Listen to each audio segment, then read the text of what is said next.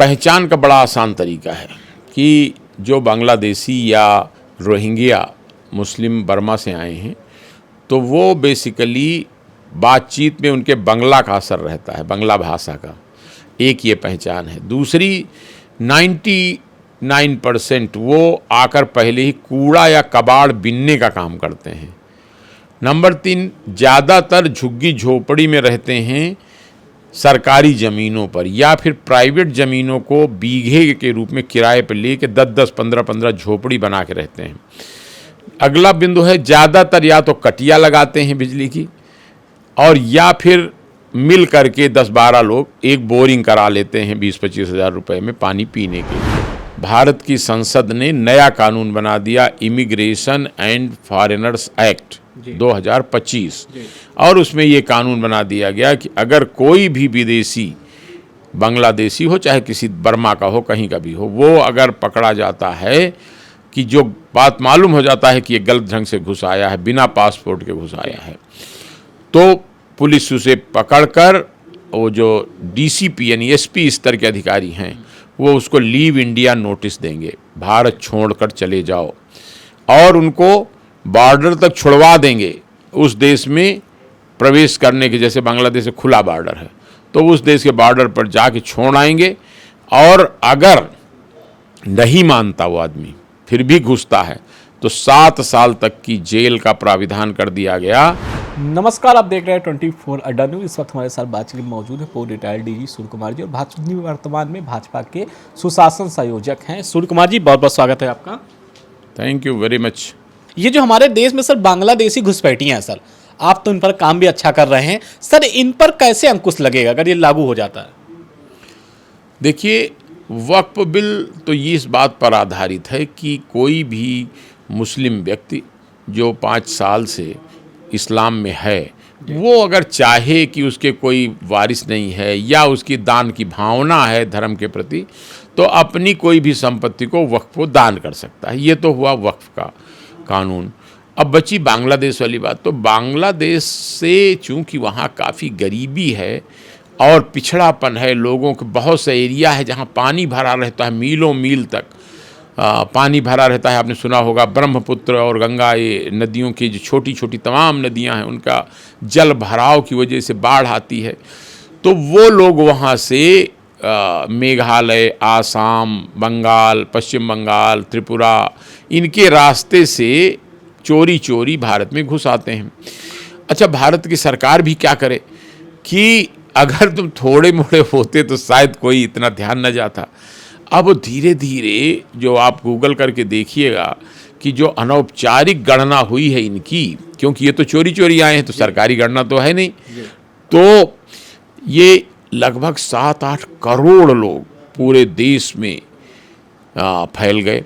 और जहाँ देखो सरकारी ज़मीन ज़्यादातर, और कहीं नदी के किनारे, नाले के किनारे, रेलवे पटरी के किनारे झुग्गी झोपड़ी डाले और बस गए।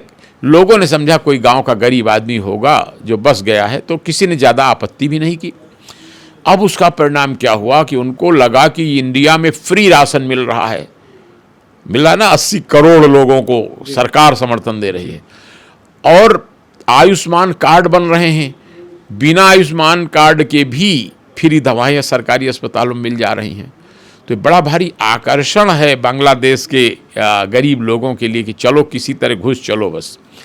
तो जैसे यहाँ से नहीं, पंजाब से लोग कनाडा, अमेरिका भाग रहे थे चोरी चोरी, उसी तरह की बेहतर जीवन स्तर लाने के लिए। सर, उत्तर प्रदेश में अगर देखा जाए तो बांग्लादेशी घुसपैठिया अक्सर पकड़े जाते हैं सर, तो इस पकड़े जाने के बाद सर इन पर जो कार्रवाई की जाए, लेकिन अंकुश कैसे लगाया जाए सर कि ये दोबारा घुस ना सकें? कुछ ऐसे नियम मजबूत किए जाए कि और कानूनों में सुधार किया जाए, इनके लिए कुछ अलग से बनाया जाए सर? आपको खुशी होगी जानकर कि अब तक जो ब्रिटिश टाइम के 4 कानून इस बारे में बने हुए थे, वो फॉरेनर्स एक्ट, पासपोर्ट एक्ट वगैरह, उनको सबको ख़त्म करके अभी 2 दिन पहले भारत की संसद ने नया कानून बना दिया, इमिग्रेशन एंड फॉरेनर्स एक्ट 2025, और उसमें ये कानून बना दिया गया कि अगर कोई भी विदेशी, बांग्लादेशी हो चाहे किसी बर्मा का हो, कहीं का भी हो, वो अगर पकड़ा जाता है कि जो बात मालूम हो जाता है कि ये गलत ढंग से घुस आया है, बिना पासपोर्ट के घुस आया है, तो पुलिस उसे पकड़कर, वो जो डीसीपी यानी एसपी स्तर के अधिकारी हैं वो उसको लीव इंडिया नोटिस देंगे, भारत छोड़कर चले जाओ, और उनको बॉर्डर तक छुड़वा देंगे। उस देश में प्रवेश करने के, जैसे बांग्लादेश से खुला बॉर्डर है, तो उस देश के बॉर्डर पर जाके छोड़ आएंगे। और अगर नहीं मानता वो आदमी, फिर भी घुसता है, तो 7 साल तक की जेल का प्राविधान कर दिया गया कि पुलिस गिरफ्तार करके मजिस्ट्रेट साहब के सामने पेश करेगी और 7 साल तक की सज़ा उनको दी जाएगी। और जो आदमी उनको मदद कर रहे हैं लाने में कि सस्ते मज़दूर हैं हमारे लिए, चलो इनको ले चलें, तो उनको 2 लाख रुपए तक का जुर्माना उस आदमी पे लगेगा। इतना ही नहीं, ये भी सख्ती कर दी गई है कि अब खास जगहों पर इनके लिए पूछताछ करने के लिए, चेक करने के लिए कि ये बांग्लादेशी है या नहीं, इसके लिए डिटेंशन सेंटर कह लें या शेल्टर होम बनाए जा रहे हैं।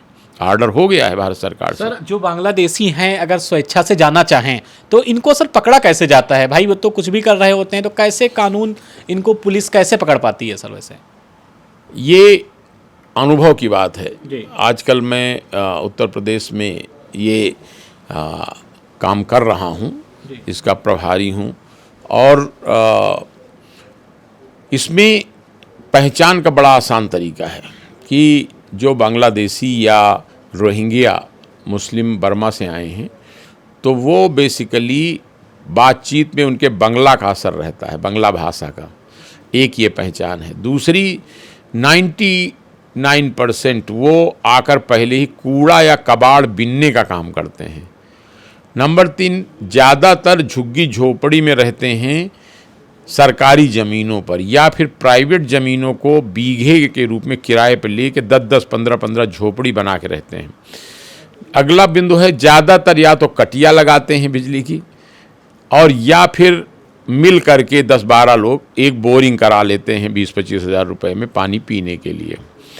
लैट्रिन जाने की कोई व्यवस्था नहीं रहती, ज़्यादातर जंगल में जाते हैं। जब जीवन स्तर कुछ सुधर जाता है, जैसे नोएडा में हुआ है, दिल्ली में हुआ है, बम्बई में हुआ है, तब फिर वो किराए के कमरे भी लेते हैं।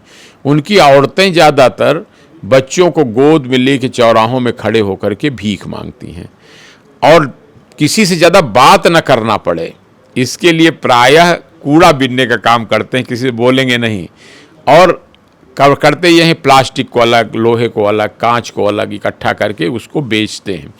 और उनके संरक्षण देने का काम प्रायः वो कबाड़ी करते हैं जो उनसे कबाड़ खरीदते हैं। ये उनको सस्ता मजदूर मान के 300 रुपये रोज आसाम से, बंगाल से, त्रिपुरा से ले आते हैं। सर आपने बताया, लेकिन जो आपने बात की कि महिलाएं बच्चों को लेकर इस तरीके से भीख मांग लेती हैं, और सर इस पूरी गैंग को अगर देखा जाए तो जो राजधानी की बात की जाए, राजधानी में जैसे अभियान भी चलाए जाते हैं, इनको लेकर सर अभी तक कोई ऐसा बड़ा अभियान क्यों नहीं चलाया गया ताकि ये पकड़े जाएं बड़ी संख्या में? ऐसा नहीं है, इस समय भी ये अभियान चलाया जा रहा है। मैं स्वयं पुलिस को खबर देकर, उनसे चेकिंग कराकर, ये निरंतर काम चल रहा है। और आप ताजुब करोगे कि ये कोई अखबार में देने या टीवी में देने की बात नहीं होती। प्रयास हो रहा है कि वो लोग खुद, जैसे ही मालूम हो जाता है, तो एक बड़ी भारी पकड़ निकली कि आसाम में एक ज़िला है बरपेटा, और एक है नलबारी, नौगांव, और वहाँ पर ये लोगों ने ज़्यादातर फर्जी आधार कार्ड बनवाए थे केंद्रों से। जन सेवा केंद्र में बन जाता है, तो 100 रुपये खर्च किया, और बांग्लादेश से आए और बरपेटा में 100 रुपये खर्च करके कंप्यूटर सेंटर से इंडिया का आधार कार्ड बनवा लिया।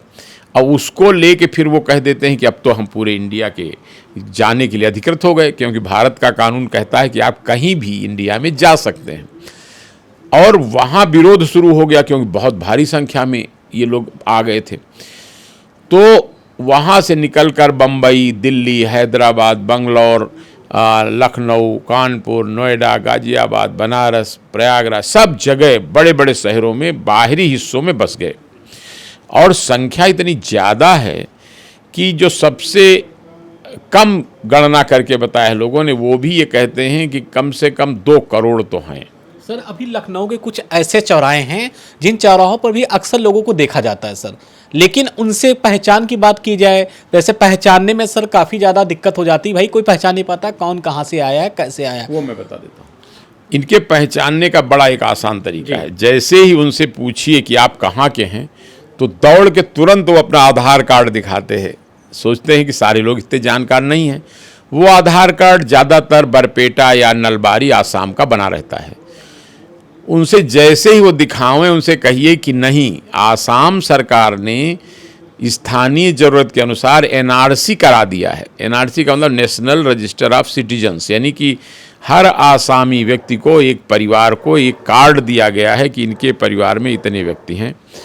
अगर वो एनआरसी का सर्टिफिकेट दिखा देते हैं तो इसका मतलब आसामी हैं, और अगर एनआरसी का सर्टिफिकेट नहीं दिखा पाते या रिजेक्टेड दिखाते हैं तो उसको बांग्लादेशी समझ लिया जाए, क्योंकि वो उन्हीं के लिए की गई थी। तो एनआरसी नहीं रहती ज़्यादातर। अब उसमें भी चालाकी करते हैं। जैसे आप कम जानते हैं तो आपको वो क्या करेंगे, एप्लीकेशन फार्म जो उन्होंने दिया था एनआरसी का, वो आपको दिखा देंगे। आप समझेंगे हाँ एनआरसी लिखा हुआ है वो, लेकिन वो एप्लीकेशन फार्म है, रिजेक्ट एक्सेप्ट नहीं, उसकी वैल्यू नहीं है। जैसे आपने किसी चीज़ के लिए प्रार्थना पत्र दिया। फिर दूसरी चालाकी क्या करते हैं कि जहां एक्सेप्ट लिखा रहता है कि आपकी प्रार्थना पत्र स्वीकार की गई, वो नहीं दिखाते। वो उस पर सफ़ेद कागज़ लगा के डुप्लीकेट फ़ोटो कॉपी बना लेते हैं कि ये देखिए है। लेकिन सही तब होती है जब उसमें एक्सेप्ट लिखा हो और एक आसामी रजिस्ट्रेशन नंबर, ARN नंबर हर फार्म में पड़ा है जो उनको दिया गया हर परिवार को। उसको गूगल में डाल दिया है सरकार ने आसाम की। किसी का भी ARN नंबर, आप गूगल में कई अंकों का नंबर है, उसको डाल दीजिए तो क्लियर लिख करके आ जाएगा कि ये व्यक्ति सही है, इंडिया का है या नहीं है। तो ये पहचान है, लेकिन अब सब लोग जानते नहीं थे, तो उसी का दुरुपयोग या फ़ायदा कह लीजिए ये लोग ले रहे थे। अक्सर करके जो ये बच्चा लेकर भीख मांगने की परंपरा यहाँ शुरू हुई है, यही ज़्यादातर यही बांग्लादेशी लेडीज़ हैं जो ये काम करती हैं। और लेकिन ये अभी भी अपनी मूल आदत नहीं छोड़ पाते कि कूड़ा बीनने का काम उनका सर्वप्रिय काम है। औरतें घरों में सफाई का काम, ज़्यादातर झाड़ू पोछा का काम कर लेती हैं। अब भारत सरकार की समस्या यह है कि इतनी ज़्यादा संख्या में अगर करोड़ों में आ जाओगे तो यहाँ जितने लोगों को गरीबी रेखा के ऊपर उठाने का प्रयास कर रही सरकार, उतने ही गरीब और आ गए। तो कहाँ तक किया जाए कि मतलब जितने को प्रधानमंत्री आवास दिए गए उतने ही और नए आ गए। तो वहाँ का मिसमैनेजमेंट बांग्लादेश का और बर्मा का, उसका खामियाजा भारत की सरकार और पब्लिक को झेलना पड़ रहा है। तो इसीलिए कहा जा रहा है भाई जैसे ट्रंप ने वहाँ अमेरिका से भेज दिया है, इनको सबको अपने अपने देश भेज दिया जाए कि तुम ही संभालो भाई ये करोड़ों लोगों को। तो जब अभी चेकिंग कराई गई तो काफ़ी संख्या में वापस गए हैं।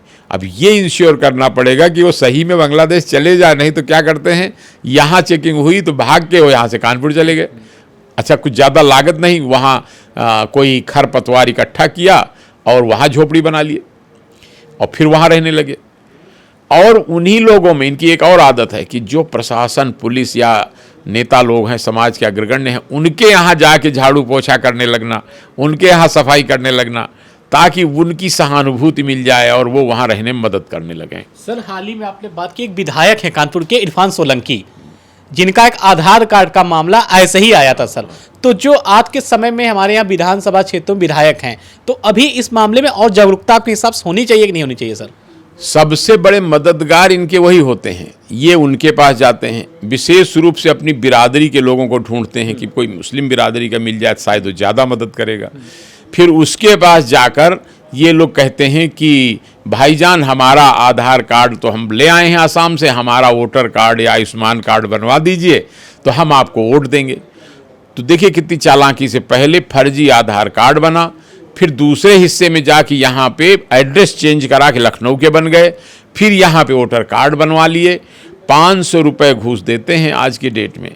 ये चर्चा है कि जो BLO होते हैं उनको देकर और सभासद से चिट्ठी लिखवा के वोटर कार्ड बनवा लेते हैं। लेकिन अब तो सर काफ़ी जागरूकता की जा रही है, काफ़ी ज़्यादा चेकिंग हो रही है और उम्मीद है कि बहुत जल्दी हम लोगों ने संकल्प किया हो कि एक एक बांग्लादेशी को यहाँ से बाहर भिजवाएंगे। बहुत बहुत धन्यवाद सर आप हमसे बातचीत करने के लिए। आपने सुना हमारे साथ बातचीत कर रहे थे रिटायर्ड डीजी सूर्य कुमार जी, जिन्होंने बहुत अच्छी तरीके से बांग्लादेशी घुसपैठियों को लेकर बातचीत की। अभी भी हमारे समाज में ऐसा हो रहा है कि बांग्लादेश से लोग आ रहे हैं और उत्तर प्रदेश के बहुत सारे ऐसे जिले हैं जहां रहकर वो रह रहे हैं।